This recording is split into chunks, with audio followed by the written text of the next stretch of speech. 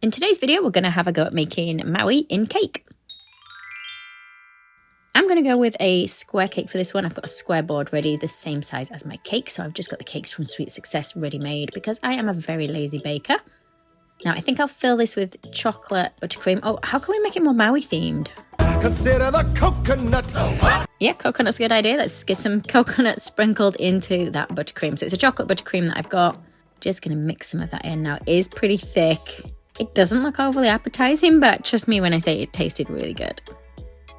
And then we're going to put a top layer of cake on. I'll put a link below to where I actually get the cakes from so you guys can see. Now I've printed myself off a template and I've cut it kind of into pieces so that it's easy for me to mark around where I want the head to be. You can completely freestyle it. And of course it doesn't have to be Maui. You can design whatever you want in the same way like this. And you're just going to cut pieces out so that it's kind of partially 3D. And then what we'll do is once we've got the basic shapes cut out, we can then ice over the top. So his hair's going to go to the very edge of the cake on this one. And again, I'm going to cut my template down further to just help work out where the eyes and things go. So I want to curve the edge of the face, put in areas that would be dipped down, like sort of the crease lines that go from his nose to his mouth. And I'm constantly looking at that template so I know where to put these things. Even with the template though, I don't always get them exactly where they're supposed to be. So let's cut in his shoulders. And we want the shoulders to stand out slightly further than the hair. But I am still going to slope them backwards a little bit. So once I'm happy with the overall shape, I'm going to cover him in a thin layer of chocolate ganache. And I just want to make sure it goes down the sides of the cake as well. And I'm just using a flexible smoother to kind of scrape over that to get it as smooth as I can. Now, I've actually got a bit of the buttercream rolled into a ball. It's quite a firm buttercream. And I'm going to put that for the center of his nose and then a smaller ball for each side, which will go under the nostrils. I don't want to go too big with this because when we go over with the fondant, it's going to get even bigger. And I'm trying to put a little bit on as well for the mouth. I know it doesn't look great at this stage, but trust me, it will come together, I promise. And I didn't put gloves on for this, but I did wash my hands, guys, and the cake isn't for anyone. Okay, so you can see I overheated my ganache for the next part. I figured it's okay if his hair isn't smooth because he's got wavy hair. The face, I'll do my best to smooth it. So I'm going to start with some teddy bear brown fondant. It's not quite the right colour though, so I'm actually going to add some of the paprika flesh colour. I'll try and link everything that I've used below the video. You'll see I've got some white fondant in there as well because I didn't have enough with that one pack of brown, the teddy bear brown. So once I've kneaded the colour all together, I am going to get this rolled out. And we're going to start by covering Maui's body. And I am very excited about going to see the new Moana film. I really enjoy the first one, so I'm very much looking forward to the next one coming out. Okay, so we're going to smooth it down the best we can and cut off any extra from around the outside edge. Just make sure your fondant goes all the way to the bottom. And then we're going to cut off at the shoulders, making sure he's got a nice big neck going up to his head. And I've rolled out a piece to cover the face. It's a little bit bigger than I need. I'm just going to dampen it a little bit. Now, it's actually a face mister that I'm using to put the water on with, but it's never been used on my face and it's just water that's in it. Okay, so we're going to gently push this down over the face. We're going to start by pushing in any areas that are dipped down, so like the eye sockets and like the side of his mouth, under his nose. Just pushing in around the outer edge of the head as well, and we'll cut off any extra that we don't need. Carefully pulling that away. And then I'm just going to use a modelling tool to just put in a couple of little crease lines next to his eyes. And then I'm just going over those eye sockets again. These eyes actually aren't overly big, so I don't want to go too big with them. I maybe have gone a tiny bit big already. Then I'm going to put some definition around the outside of the nose, just with like a rubber-ended modelling tool. And then we're going to push in those nostrils. I don't know if my nostrils might be a tiny bit further apart than they should be. But it should all come together at the end, I think. Okay, let's go kind of above the chin. I'm just using the balling tool because it's rounded, so it's not going to put any sharp lines in there. I did go a little bit sharper up on the creases in his forehead though. I used my Dresden tool for that. I'm going to mark where the mouth goes. So you can see on the templates I've got, I cut out the pieces of his face so that we can use them to draw around. And then I'm going to try and get a sharper line in for the center of his mouth. And then it's just kind of a case of pushing it up and also downwards from that middle line out to get the shape of those lips. I realised I didn't show you fully in the video there. Now, before we do too much detail, what I want to do is add some edible powdered dusts to Maui's face so that we can get in the shading. So I'm going to go for some darker colours, anywhere that would be like hidden, or not hidden, but sort of in the shadows. So like in the nostrils and the eye sockets a little bit. And then I'm using my template to look at where is different colours. So like he's got hints of pink or red on his nose and cheeks and even a little bit on the lips. So I'm using a mix of different browns, or like rusty kind of browns, to brush on those colours, and I'm keeping them dry. I will swap different shaped brushes as I do this as to which is the best brush for the best area. So I want a small brush for the lips, but then a bigger, fluffier brush for like the cheeks and the nose. Then we'll go for more of a brown, anywhere where I don't want it to look too pink, but I want it to look a little bit darker. So like the underside of his face would probably be a little bit shadowed. Swap into a bigger brush to do that. I'm just going for a shade darker than the skin colour that we've used in the fondant. And then I want to try not to go over any areas that I want to leave like light, that look like the light is reflecting on them. And if you do accidentally go over them, you could just add a bit of white powder on them to lighten them up again. So just a little bit darker in those creases. Even darker still, there's a shadow under his neck, so I'm actually going to use some black powder on this. Again, I'll put links below the video to everything that I use, guys. But these are all edible powders that we're using. Okay, so if I want to use the powders as more like a paint, I'm going to mix them to a liquid. I'm using a rejuvenator spirit, which is food grade alcohol. And I'm just mixing in some edible powders. I think this one's a Saracino one. So this is for the tattoos. We're going to paint them on. I was considering using the edible pens, but I thought by painting them on, I could change the colour slightly. So I've kind of gone for like a greeny black colour. I am still holding the template against him so I can work out roughly where they're going to go. And even though I still held that template against it, it didn't work out exactly as his tattoos are going to be. But you can see that the food colour I'm using is fairly diluted, so it's a little bit transparent, that rather than me painting it on as a really solid block colour. At first I was going to go a little bit darker, and I was just going to go light at first while I worked out if it looked all right or not. But I think that it looks okay, so I'm actually not going to go any darker with it. And to go darker, rather than just putting on loads of coats, what I would have done was for a second layer over the top, I would have probably mixed my paint thicker, so more powder added to it. So it would have basically just been thicker. Now, if you don't want to mix your powders with alcohol, you don't have to.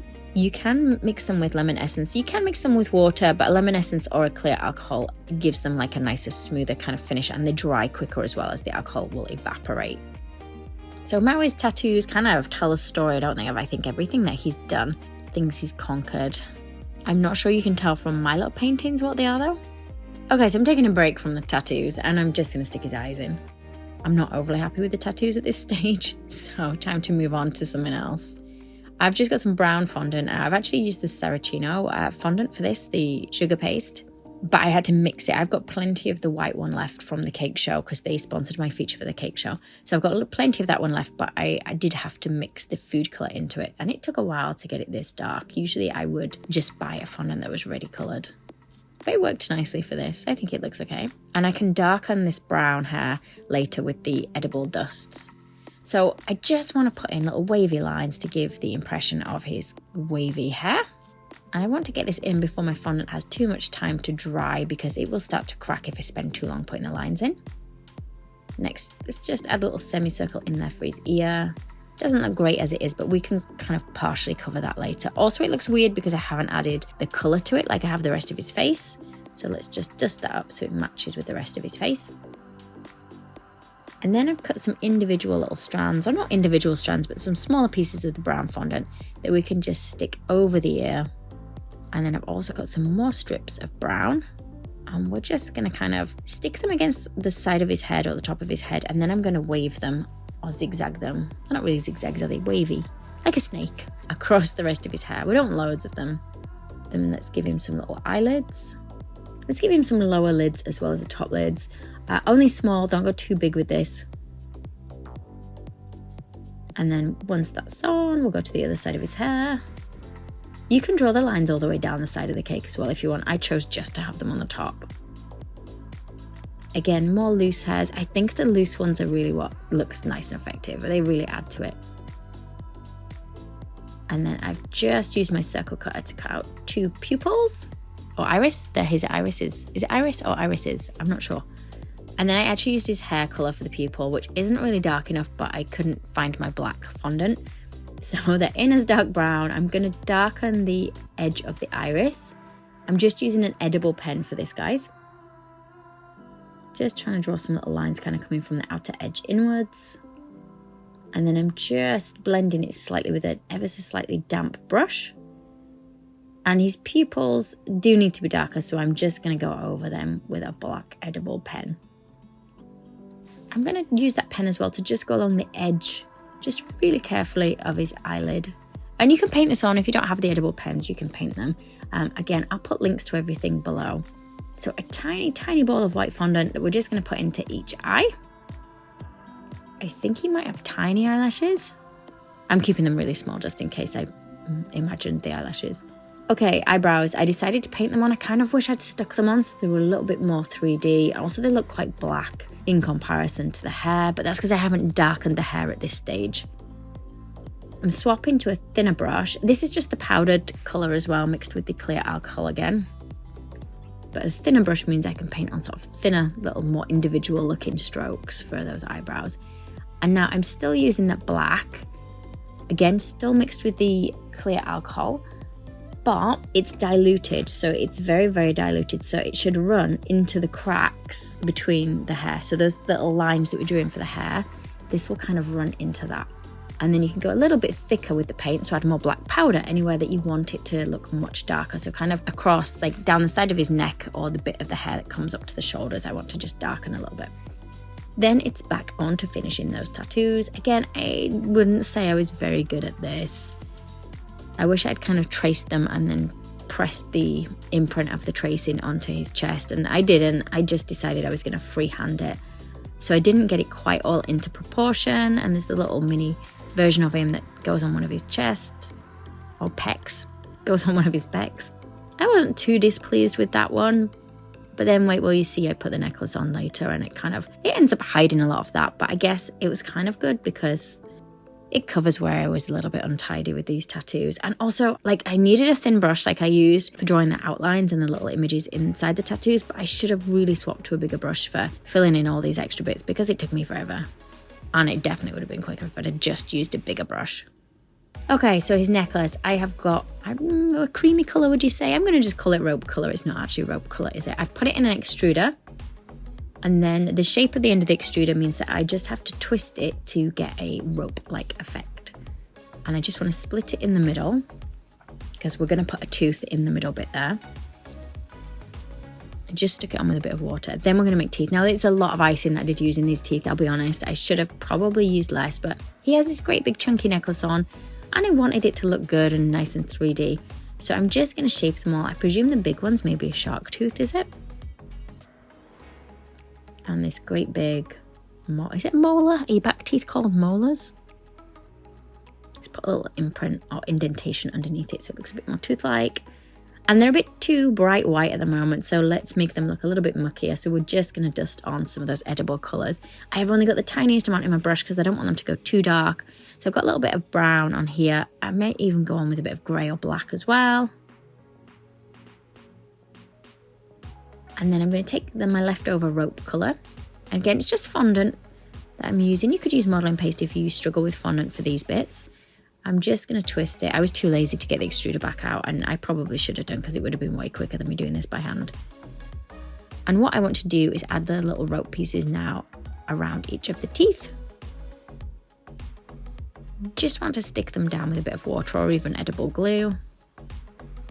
And I know some people will be horrified by the huge amount of fondant that I'm sticking on this necklace. I'm going to send it with my sister, I think. She can take it to her work. My sister loves fondant. She'll probably eat most of the teeth. Okay, so let's lay them on, see whereabouts they're going to go.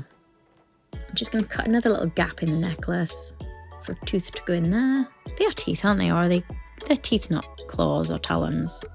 Who's your favourite Moana character? And have you seen the other Moana videos that I've done in the past? I have done a cake topper one. I'll put links actually at the top of the video for you guys to see. I've done the baby Moana as a face cake and then a Moana topper. I think they're the only ones I've done, and now Maui to add to that. But keep an eye out because next week I have done another Moana one, but it's actually Moana, but she's a bust cake. Okay, so you'll see I lightened some areas of the hair and then I'm just adding all those extra bits of rope that look like they attach the teeth to Maui's necklace. And you can brush on some colour onto the rope as well so that it goes between those lines and darkens it just a little bit. The same way I did with the hair, but I've done it on the necklace.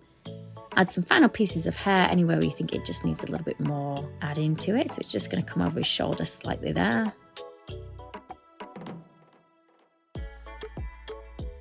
Okay, let's cut into him. In case you're wondering what I do with these cakes, guys, I do usually give them away to friends, family, and my sister's going to take this one to her work, although I've eaten half of it before she got a chance to take it.